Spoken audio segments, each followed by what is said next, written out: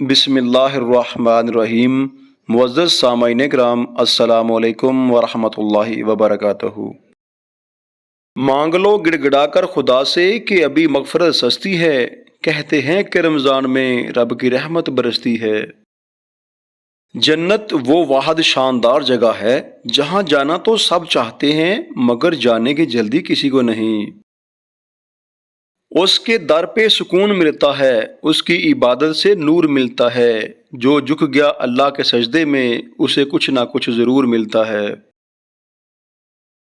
جب وضو کرنا مشکل لگ رہا ہو تو خود کو سمجھا لیا کریں کہ گناہ دھونے جا رہا ہوں۔ آپ وہ مانگتے ہیں جو آپ کو اچھا نظر آتا ہے، مگر اللہ تعالیٰ وہ دیتا ہے جو آپ کے لیے اچھا ہوتا ہے۔ یقین ایسا ہو کہ سامنے سمندر ہو اور آپ کہیں کہ نہیں، میرا اللہ راستے بنانے والا ہے۔ اسلام اتنا خوبصورت مذہب ہے کہ مسکرانے پر بھی آپ کو اجر ملتا ہے، اور یہاں تک کہ غصے کی حالت میں خاموش رہنے پر بھی آپ کو اجر ملتا ہے۔ جب آپ کا دل درد سے بھر جائے اور آنکھوں میں آنسو آ جائیں تو چپ کے اپنے اللہ سے باتیں کر لیا کریں، وہ سب جانتا ہے مگر آپ سے سننا چاہتا ہے۔ دنیا میں سب سے تیز رفتار چیز دعا ہے، جو دل سے زبان تک آنے سے پہلے اللہ تعالیٰ تک پہنچ جاتی ہے۔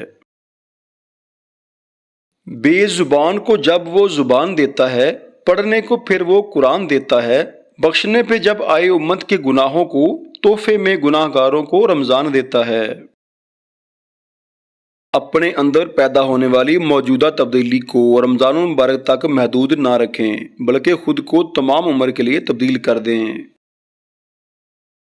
جنت کا ایک دروازہ صرف روزے داروں کے لیے مخصوص ہوگا، اس دروازے سے صرف روزے دار ہی جنت میں داخل ہوں گے۔ روزہ دار کے منہ کی بو اللہ تعالیٰ کے نزدیک مشک کی خوشبو سے بھی زیادہ بہتر ہے۔ اللہ تعالیٰ آپ کے جسموں اور صورتوں کو نہیں دیکھتا، وہ تو آپ کے دلوں کو دیکھتا ہے۔ جس نے ایمان اور اجر کی نیت سے رمضان المبارک کے روزے رکھے اور راتوں میں قیام کیا، اس کے پہلے والے گناہ بخش دیے گئے۔ ایک نفرت ہی ہے جسے دنیا چند لمحوں میں جان لیتی ہے، ورنہ چاہت کا یقین دلانے میں تو عمر بیت جاتی ہے۔ انسانیت بہت بڑا خزانہ ہے، اسے لباس میں نہیں انسان میں تلاش کریں۔ میرے اللہ کی محبت کا انداز بھی نرالا ہے، سب کچھ دے کر بھی کہتا ہے کوئی مانگنے والا؟ رسول اللہ صلی اللہ علیہ وسلم نے ارشاد فرمایا، ہر چیز کی زکوٰۃ ہوتی ہے اور جسم کی زکوٰۃ روزہ ہے۔